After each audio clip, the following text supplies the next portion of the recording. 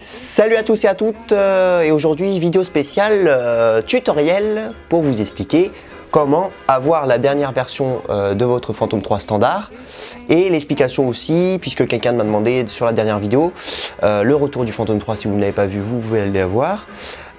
Comment mettre les modes avancés, Follow Me, Point of Interest avec le GPS et tout ça. Donc, à savoir que plusieurs choses. Déjà, avoir mis toutes les mises à jour, que ce soit sur l'application Didigo ou aussi sur le firmware du drone. Donc, je vais prendre mon petit papier parce que j'ai noté les références. Alors, l'application iOS, c'est si vous avez des iPhones, des iPads, c'est la version Didigo 2.7.1. Donc allez-y, allez mettre à jour sur votre Apple Store. Et la version Android, c'est la 2.7.2. Yes, on est en avance. Surtout qu'il n'y a même pas la version française sur Android, c'est n'importe quoi. Bref, ils sont sponsors par Apple. Donc la version 2.7.2 sur Android, donc allez la mettre à jour sur le Play Store. À savoir que moi j'utilise, pour faire voler le Phantom 3, j'utilise soit mon portable, mon Android Honor 6 de chez Huawei, qui marche assez pas mal, mais bon, c'est tout petit, hein, l'écran il fait que 5 pouces, donc c'est vachement petit. Donc là j'ai réessayé avec ma Nexus 7 de 2012, pas la version 2013, c'est la version 2012 qui est sortie il y a longtemps, et qui celle-ci, ils ont là aussi ils ont fait fort, ils l'ont bridé.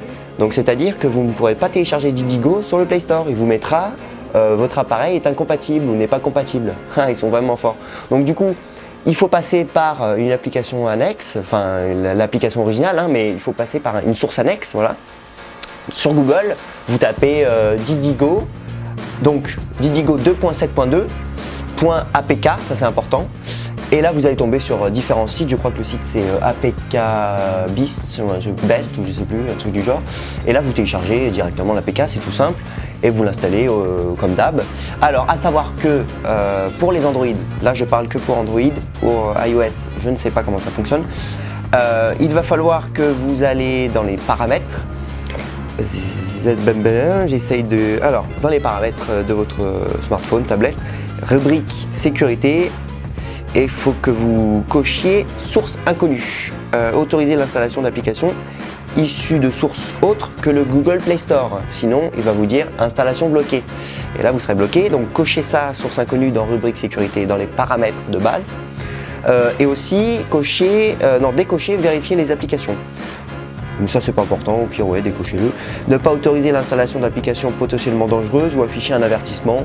Bon, ça encore, à la rigueur, on peut le laisser. Mais cochez bien surtout source inconnue, ça c'est très important, sinon l'installation sera bloquée puisque l'application ne provient pas du Google Play Store officiel, puisqu'ils l'ont bloqué. Merci Didi. Voilà, mais ça marche très bien sur la Nexus 7 2012, il n'y a aucun lag, le retour super bien, franchement non, ça marche encore super bien. Je sais pas pourquoi ils ont décidé de le bloquer, ils veulent brider l'obsolescence programmée, voilà. Ils veulent que vous achetiez une nouvelle ou un iPad, puisque ils aiment bien Apple. Voilà. Après, ensuite, la question c'était pour avoir les nouveaux modes. Alors pour mettre à jour l'application, rien de plus simple, je vous l'ai dit, allez sur Google Play Store et télécharger la nouvelle version du Didigo. Aussi, il faudra que vous fassiez la nouvelle mise à jour qui est sortie là, je crois qu'elle est sortie il n'y a pas longtemps, puisque moi je l'ai eu là sur mon Phantom. La mise à jour, donc que pour le Phantom 3 standard, on ne parle pas des autres versions. C'est le firmware, donc mise à jour logicielle tout simplement, la version 1.5.70 qui est disponible pour le Phantom. Donc pour mettre à jour l'application du Phantom, pas l'application, le firmware, c'est très simple, c'est toujours depuis Didigo, il vous affiche un petit message en rouge, nouveau firmware, télécharger, installer, ça prend environ 30 minutes à installer. Ça fait bip bip de partout, tac tac, la mise à jour est effectuée, on restart, on redémarre le Phantom 3 et voilà, mise à jour installée. Après, pour vérifier que vous avez la bonne version, vous allez dans Didigo, vous faites firmware, statut ou information, je ne sais plus, dans le menu caméra qui s'affiche quand vous êtes dans l'application. Et vous verrez, il y a écrit 1.5.70. Si vous êtes en dessous de la 1.5.70, c'est-à-dire que vous n'avez pas la bonne version, ça marche quand même, mais il y avait des bugs. Moi, je me rappelle que sur ma Nexus 7 2012, il y avait sacrés bugs sur les nouveaux modes, Follow Me et tout, ça marchait pas du tout, il fallait activer plein de trucs. Alors, pour que ça fonctionne, parce qu'on a galéré assez, donc pour que ça fonctionne au maximum, au top de sa capacité, il faut déjà, ça dépend de ce que vous avez. Donc là, Nexus 7 2012, c'est une tablette Wi-Fi. Hein, il n'y a pas la 4G, il n'y a pas la 3G, c'est que du Wi-Fi. Donc du coup, il faut, pour que le GPS, le Google Maps et tout, que ça fonctionne, il faut que vous activez déjà donc, la localisation sur votre tablette. Donc là, c'est Android, vous allez dans localisation. Faut que vous autorisez tout ça. Vous mettez, moi j'ai mis le mode haute précision. Donc mode haute précision, c'est vraiment le top. Après, il y a économie de batterie ou appareil uniquement. Donc là, j'ai mis utiliser le GPS, ainsi que les réseaux mobiles et Wi-Fi. Bon, mobile on n'a pas, mais Wi-Fi pour déterminer la position. Déjà, activez ça, très important. Après, comme c'est une tablette Wi-Fi, on le rappelle, il faut que vous téléchargiez la map en cache. Puisque lui, il ne va pas trouver la carte en 4G directement quand vous serez dehors. Donc il faut la mettre avant que vous fassiez voler votre appareil. Donc ça c'est simple, on va sur Google Maps. Et Google Maps, très sympa, ils ont fait un mode zone hors connexion. Et donc avec ça, ça va vous permettre de voler et de mettre la map en cache. Moi, elle ne s'est pas affichée comme ça. Elle ne s'est pas affichée en mode satellite tout à l'heure quand j'étais dehors. Il n'y avait rien, c'était tout blanc. Mais bon, après, est-ce qu'on en a vraiment besoin? Moi, je pense que non. Ça marche quand même comme ça. Donc après, c'est vrai que ça serait plus joli si on avait toute la map et tout, pour se repérer surtout. Mais bon, ça marche comme ça. Donc zone hors connexion. Voilà, zone hors connexion. Vous faites plus. Et là, il va vous demander de télécharger une zone. Donc vous sélectionnez votre zone sur la carte. Vous faites télécharger, appliquer.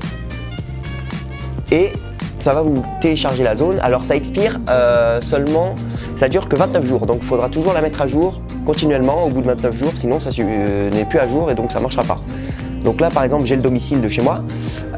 J'ai téléchargé cette petite zone. Alors je ne sais pas si on va bien voir avec la luminosité qui est à fond. Mais voilà, je vais baisser. Là j'ai téléchargé ma zone qui est ici. J'ai téléchargé tout ça. Donc j'ai téléchargé assez une grande zone. J'ai pris tout Aix-en-Provence. Voilà. Expire dans 29 jours, donc voilà, elle expire dans 22. Dès que vous avez fait ça, vous êtes déjà pas mal. Donc pendant que vous allez voler, bien sûr on active la Wi-Fi, on se connecte sur le Phantom 3, on active la localisation si ce n'est pas déjà fait, et voilà, et là on est paré. Après on va dans Didigo, Didigo nous dit ok c'est nickel. Alors après on commence à décoller, on se met assez loin, on se met vers 10 mètres d'où on est. Et on va toucher à l'interrupteur S1 qui est ici. S1, ça vous permet de changer les fonctions. Donc là, je suis en positioning PGPS, donc tout le GPS est inclus. Très simple d'utilisation. Après, je mets au milieu, je suis en mode ATI, donc cherchez pas les noms, ça sert à rien. C'est le mode sans GPS. Donc là, vous n'êtes pas en mode sécurisé, il n'y a pas de GPS, c'est mode libre, vol libre. À utiliser vraiment si vous connaissez super bien, à manier avec précaution. Et là, je sélectionne tout vers le bas, le troisième. Là, je suis en mode avancé, voilà, avec donc follow me et tout ça. C'est le mode PGPS, ATI, mode fonction FGPS, je crois que ça s'appelle. Voilà, c'est ça. Donc vous avez le GPS, mais en plus vous avez les fonctions spéciales, donc follow me, point of interest, waypoints et tout ça. Et ça s'affichera ici. Donc ici vous aurez votre petite icône et ça s'affichera. Il va vous demander d'autoriser, bien sûr il faut faire accepter. Et après, soit sur tablette ça s'affiche en bas ou sur mobile ça s'affiche au milieu. Et vous aurez écrit, regardez l'ancienne vidéo, retour du Phantom 3. Vous avez point of interest, follow me, voilà. Regardez mon ancienne vidéo, vous allez voir comment ça fonctionne. Là je peux pas parce que là j'ai été volé pour voir si ça marchait, ça marche assez bien. Voilà, donc le GPS voilà ce que ça fait. Ça fait tout blanc, mais ça marche quand même, il y a tous les modes. Et dans la nouvelle fonction, c'est ça qui est bien, c'est qu'ils ont un peu changé le menu, voilà, il s'affiche comme ça maintenant. Et ils ont mis un truc assez bien, c'est que maintenant, là je l'ai pas puisque je suis pas connecté, mais là maintenant il y a les fonctions pour le home point et tout ça. Donc ça c'est pas mal, ils ont fait une nouvelle version. Donc ça c'est la version 1.7.2, je répète. Voilà, donc là vous êtes bon, après ça marchera. Positionnez bien le sujet assez loin pour qu'il le suive, parce que si vous avez vu dans la vidéo, je sais pas si vous avez fait gaffe, mais dans la vidéo retour du Phantom 3, celle que j'ai fait avant, on était mal positionné, du coup on voyait pas, on me voyait que le drone suivait, mais on me voyait pas moi, j'avais mal réglé la gimbal. qui se règle ici et qui a une fonction de paramètres pour régler l'intensité et la vitesse. Moi je l'ai mis assez doucement, c'est plus joli. Je fais des plans, voilà, ça se déplace vraiment doucement. Comme ça, hop hop hop, enfin la nacelle qui est ici, là il y a le plastique, je l'ai mis. Voilà. Vous pouvez aussi faire la mise à jour depuis l'ordi avec le câble USB. Vous branchez, bon j'ai jamais fait, mais vous branchez le micro USB ici au port USB de votre ordi et vous pouvez le faire depuis l'ordi aussi. Si vous n'avez pas je sais pas, si vous avez un problème avec votre tablette ou votre téléphone, voilà, ça marche aussi. Ça c'est les fonctions donc avancées. Voilà, après tout marche, hein.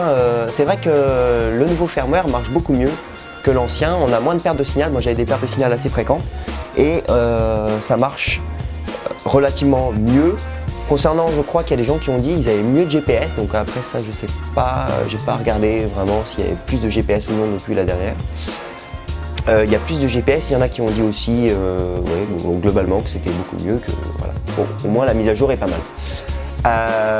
Voilà, donc ça c'est juste une petite vidéo comme ça pour vous indiquer. Si vous avez des questions, n'hésitez pas, je crois que j'ai tout dit, la version GPS, les localisations, voilà.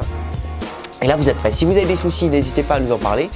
Si vous avez une Nexus 7 par exemple 2013, c'est encore plus facile puisque là vous avez l'application, on l'a dit, sur Google Play Store directement. Si vous avez iOS, c'est un peu plus compliqué parce que nous on n'a pas de... Enfin si, moi j'ai un iPod mais ça bug complètement, donc c'est pas assez puissant, hein, c'est l'iPod Touch 5G, donc non, c'est pas assez puissant, ça marche pas. N'hésitez pas à poser des questions, surtout sur Android, on vous répondra, moins sur iOS, mais on essaiera d'y répondre quand même. Voilà. Voilà, allez, on se retrouve bientôt pour les...